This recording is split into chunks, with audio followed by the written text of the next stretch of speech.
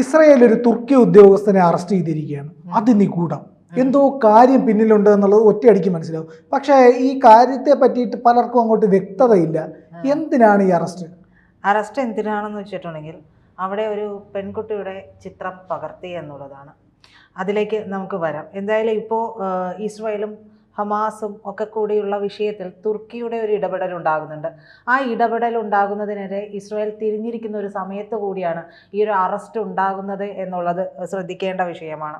അപ്പോൾ ഹമാസിന് അനുകൂലമായി പ്രവർത്തിക്കുന്നു എന്നുള്ള കാര്യമാണ് ഇതുമായി ബന്ധപ്പെട്ട് പുറത്തു വരുന്ന കാര്യങ്ങളൊക്കെ. അപ്പോൾ എർദോഗൻ ഹമാസ് ബന്ധത്തിൻ്റെ പുറത്തുകളൊക്കെ തെളിവുകളെല്ലാം തന്നെ പുറത്തു വന്നുകൊണ്ടിരിക്കുന്ന ഒരു സമയം. ഹമാസ് നേതാവ് ഹനിയെ തുർക്കി പാർലമെൻറ്റിനെ അഭിസംബോധന ചെയ്യാൻ വേണ്ടിയിട്ട് എർദോഗൻ ക്ഷണിച്ചിരിക്കുന്ന ഒരു സമയം കൂടിയാണിത്.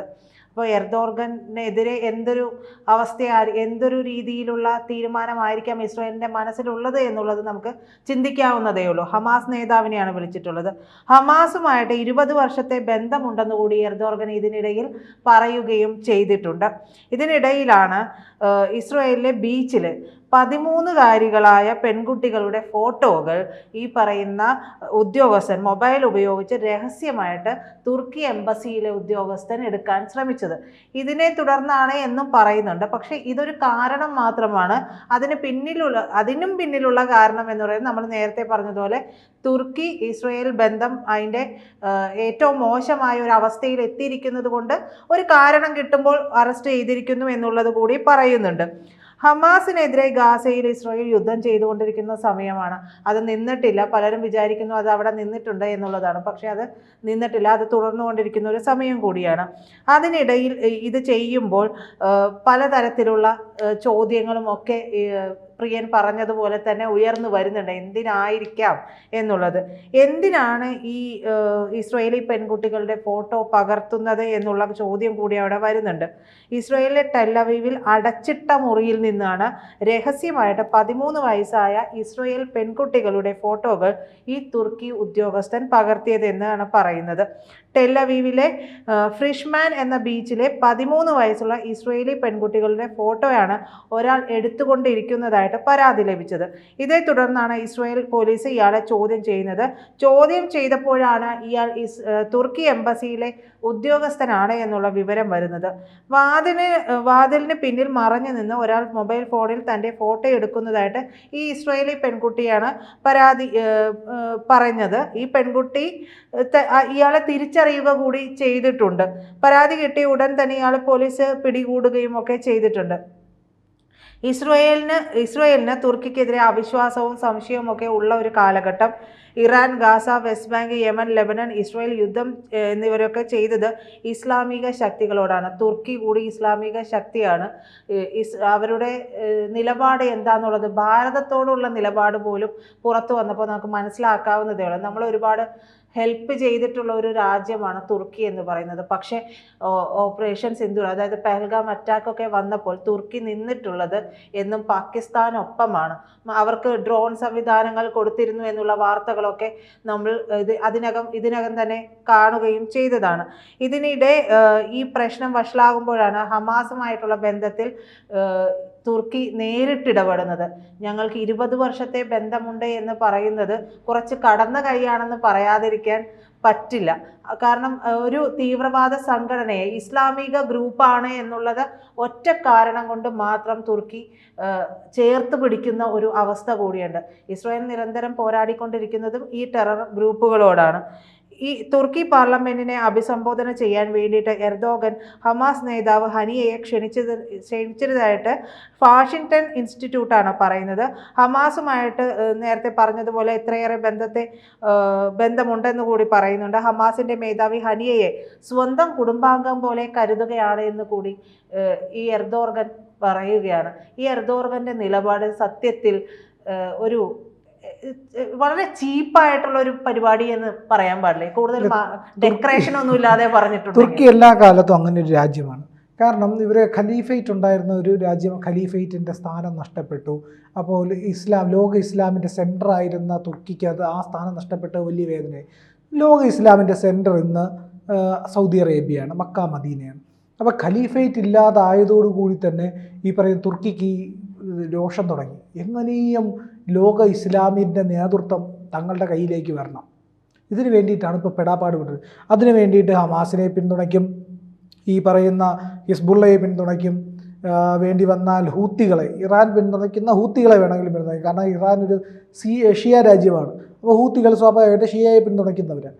അപ്പോൾ അങ്ങനെ വരുമ്പോൾ എങ്കിലും ഈ പറയുന്ന ലോക ഇസ്ലാമിൻ്റെ നേതൃത്വത്തിലേക്ക് വരാനുള്ള മോഹം കൊണ്ട്, സുന്നികളുടെ നേതാവാവണമെന്നുള്ള മോഹം കൊണ്ട് ഈ പറയുന്ന പെടാപ്പാട് വിട്ടു. അതുകൊണ്ടാണ് പാകിസ്ഥാനെ സഹായിച്ചത്. പക്ഷേ ഇനിയിപ്പോൾ ഇന്ത്യ പതിയെ തിരിച്ച് പണിയെടുക്കാൻ തുടങ്ങും. അതോടുകൂടി തന്നെ ഇതിൻ്റെ വിഷയങ്ങളെല്ലാം മാറും. നമുക്കറിയാം, പല രാജ്യങ്ങളും തുർക്കിയുടെ ശത്രുരാജ്യങ്ങളിലെ ഇന്ത്യയുടെ മിത്രങ്ങളായി കഴിഞ്ഞു. അപ്പോൾ ഇന്ത്യയിൽ നിന്നുള്ള ആയുധങ്ങൾ ഇനി അവർക്ക് കിട്ടുന്നതോടുകൂടി തുർക്കിക്ക് എപ്പോൾ വേണമെങ്കിലും പണി കിട്ടുമെന്നുള്ളത്. ഇപ്പോൾ ഇസ്രായേലിൻ്റെ അടുത്ത് ചൊറിയുന്നതിൻ്റെ ആവശ്യം ഇത് തന്നെയാണ്. താമസിയാതെ ഇസ്രായേൽ എന്ന് പറഞ്ഞു കഴിഞ്ഞാൽ പിന്നെ നമ്മളെപ്പോലെ ഈ ശത്രുരാജ്യങ്ങൾ ആയുധം ചോദിച്ചാൽ കൊടുക്കുന്ന പരിപാടിയല്ല. തുർക്കിക്ക് ആയുധം വേണോ, തരാം, 5 മിസൈൽ ഇതാ, തുർക്കിയുടെ നഗരത്തിലേക്ക് തന്നെ നേരെ അയച്ചു കൊടുക്കും. കോൺസ്റ്റാന്റിനോപ്പിൾ എന്ന യഥാർത്ഥ പേരുള്ള ഇസ്താംബുൾ എന്ന് ഇന്ന് വിളിക്കപ്പെടുന്ന ആ സ്ഥലത്തേക്ക് ഇവർ കോൺസ്റ്റാന്റിനോപ്പിളിലേക്ക് ഇസ്താംബുളിലേക്ക് അയച്ചു കഴിഞ്ഞാൽ കോൺസ്റ്റാന്റിനോപ്പിളായിട്ട് മാറും. പഴയ കോൺസ്റ്റാന്റിനോപ്പിളെ തിരിച്ചു പിടിക്കുക എന്നുള്ളതാണ്. അപ്പോൾ ഇസ്താംബുൾ ഇല്ലാതായി കോൺസ്റ്റാന്റിനോപ്പിളായി മാറണമെങ്കിൽ ഇസ്രായേലിൻ്റെ കുറച്ച് മിസൈലുകൾ അങ്ങോട്ട് ചെന്നാൽ മതി. അത് ശത്രുരാജ്യങ്ങൾക്ക് കൊടുക്കേണ്ട, ഇസ്രായേൽ നേരിട്ട് തന്നെ ഇടപാട് നടത്തും. അത് താമസിയാതെ എന്തായാലും തുർക്കിക്ക് കിട്ടുമ്പോൾ പാഠം പഠിച്ചോളൂ. അത് മാത്രമല്ല, ഇപ്പൊ പറഞ്ഞല്ലോ ഈ മിസൈൽ വേണമെങ്കിൽ കൊടുക്കുമെന്ന് പറഞ്ഞതുപോലെ തന്നെയാണ് ഇന്ത്യക്ക് ഒരു നിലപാടുണ്ടല്ലോ. ഇന്ത്യ പിന്നെയും വെയിറ്റ് ചെയ്യും, ഇനി എന്താണ് പറഞ്ഞൊക്കെ നോക്കും, 1-2 തവണ പറഞ്ഞൊക്കെ നോക്കിയിട്ടാണ്. പക്ഷെ ഇസ്രായേൽ കാലങ്ങളായിട്ട് യുദ്ധം ചെയ്തുകൊണ്ടേയിരിക്കുന്ന ഒരു രാജ്യം, അവർ തളരുന്നതേയില്ല. അവരത് ആ ഒരു ഭാഗമായിട്ട് തളരുന്നതേയില്ല. ആകെ 99 ലക്ഷം മാത്രം ജനസംഖ്യയുള്ള ഒരു രാജ്യം, ആ രാജ്യം നിരന്തരമായിട്ട് ചുറ്റുമുള്ള ഈ ഇസ്ലാമിക രാഷ്ട്രങ്ങളോട് പൊരുതിക്കൊണ്ടേയിരിക്കുകയും ചെയ്യുന്നുണ്ട്. അപ്പോൾ ഇവരെ സംബന്ധിച്ച് ഇതൊരു വിഷയമേ ഇല്ല. ഇനിയിപ്പോൾ തുർക്കിയിലേക്ക് വിടണമെന്ന് പറഞ്ഞാലും അതൊരു വിഷയമായിട്ട് അവർക്ക് ഈ എന്താ പറയുക, തൊലിപ്പുറത്ത് ഇങ്ങനെ തട്ടുന്നത് പോലുമായിട്ട് തോന്നില്ല. തഴക്കം വന്നു എന്ന് വേണമെങ്കിൽ പറയാം. പിന്നെ ജൂതന്മാരുടെ ബുദ്ധി എന്ന് പറയുമ്പോൾ ഇനിയിപ്പോൾ നേരിട്ട് ഒരു ആക്രമണം നടത്തിയില്ലെങ്കിലും തുർക്കിയിൽ എപ്പോഴാണ് മൊസാദ് ഇറങ്ങുക എന്നുള്ളത് കൂടി നമുക്ക് ചിന്തിക്കാൻ പോലും പറ്റില്ല. ഷിൻബിറ്റ് ഉണ്ട്, അങ്ങനെ അവരുടെ എല്ലാ ഏജൻസികളും ഉണ്ട്. ഇവരൊക്കെ ഇറങ്ങി പണി നടത്തി തിരിച്ചെത്തുമ്പോഴായിരിക്കും വാർത്ത മുഴുവൻ പരക്കുന്നുണ്ടാവുക. അപ്പോഴും തിരിച്ചറിയാൻ പോലും കഴിയില്ല ഇതാരാണ് പണി വെച്ചത് എന്നുള്ളത്.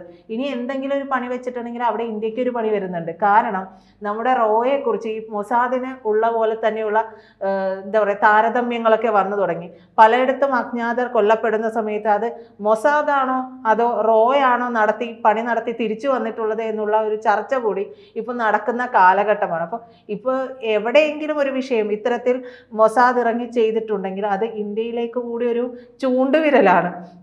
പക്ഷേ ഇതുവരെയും നമ്മൾ സ്ഥിരീകരിച്ചിട്ടില്ല. നമ്മളൊരിക്കലും അത് സ്ഥിരീകരിക്കാനും കഴിയില്ല. മൊസാദ് ചെയ്തിട്ടുള്ള ഒരു പ്രവൃത്തി അവർ ഇതുവരെയും സ്ഥിരീകരിച്ചിട്ടൊന്നുമില്ല. അത്തരത്തിൽ ചെയ്യാനും ഒന്നും കഴിയാത്തൊരു അവസ്ഥയുണ്ട്. ഈ എർദോഗൻ എന്ന് പറയുന്നത് വലിയ യുദ്ധക്കുതിയനും മതഭ്രാന്തനും കൂടിയാണ് എന്നുള്ള കാര്യം കൂടിയുണ്ട്. US ആര് ഭരിച്ചാലും അവർക്ക് വേണ്ടി വിടുപണി ചെയ്യുന്ന ഒരാൾ കൂടിയാണ് എർദോഗൻ എന്ന് പറയേണ്ടി വരും. ഇതുവഴി US പല സഹായങ്ങളും പല വിധത്തിൽ ഒപ്പിച്ചെടുക്കാനും എർദോഗന് മിടുക്കുണ്ട് എന്നുള്ളതാണ്. ഈ പറയുന്ന മറ്റു രീതിയിലുള്ള എന്ത് പിന്തുണയ്ക്കായാലും ഇവർ അതിനുവേണ്ടി തയ്യാറാണ് എന്നുള്ളതുകൊണ്ട് സിറിയയിൽ ബാഷർ അൽ അസദിനെ സർക്കാരിനെ അട്ടിമറിക്കാൻ അമേരിക്കയ്ക്ക് സഹായം ചെയ്തു കൊടുത്തതും ഈ പറയുന്ന എർദോഗൻ തന്നെയാണ്. ഇതിൻ്റെ എല്ലാം പ്രധാനമായിട്ടുള്ള കാര്യം എന്ന് പറയുന്നത് പ്രിയൻ പറഞ്ഞതും കൂടിയാണ്.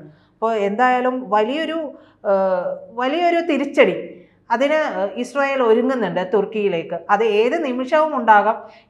ഇപ്പം തന്നെ സംഭവിക്കുമോ എന്ന് ചോദിച്ചാൽ നമുക്കറിയില്ല. ചില കാര്യങ്ങളൊക്കെ നാളുകൾ എടുത്തിട്ട് ശേഷമായിരിക്കും. നമ്മളിപ്പോൾ പറഞ്ഞാലും നാളുകൾക്ക് ശേഷമാണ് അവിടെ ഒരു തിരിച്ചടി പോലും ഉണ്ടാകുന്നത്. ചിലപ്പോൾ പെട്ടെന്നുണ്ടാകാം, ചിലപ്പോൾ കാലങ്ങൾ എടുത്തിട്ട് തുർക്കിക്ക് അകത്ത് തന്നെ നിന്നും ഉണ്ടാകാം. അതിനും സാധ്യതകൾ കൂടുതലാണ്.